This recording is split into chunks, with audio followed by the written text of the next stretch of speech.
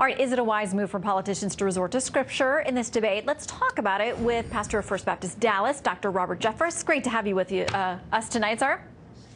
Thanks, Shannon. All right, I want to play something that's getting a lot of attention. This comes from Democratic Senator Kirsten Gillibrand. I want to play a little bit of what she had to say in a podcast talking about some passages in Ephesians and how some of what she's seeing now that's being carried out on Capitol Hill is what she described as evil. Here's a bit of her comments.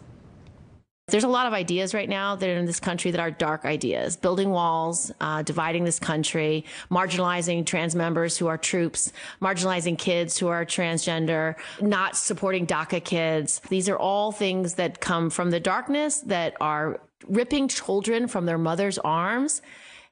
That's outrageous.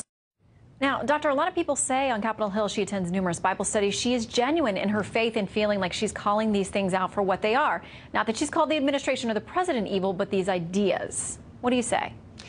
Well, she may be sincere, but she's sincerely wrong. To characterize the president's actions in this as evil, to me, is absolutely outrageous. Look, Romans chapter 13 does say God instituted government to maintain order and to punish those who commit evil. And to call the president evil for simply doing what God has given him the responsibility of doing, and that is protecting our borders and protecting our citizens, to me, that is outrageous. And I think we ought to celebrate a president like President Trump rather than denigrate this president for doing everything he can to fulfill his God-given responsibility. And Shannon, I have to point out the hypocrisy here of Kirsten, the senator, in saying that it's evil to rip children out of their mother's arms. Well, what about the evil of ripping children out of their mother's wombs after dismembering them through abortion? Where is the outrage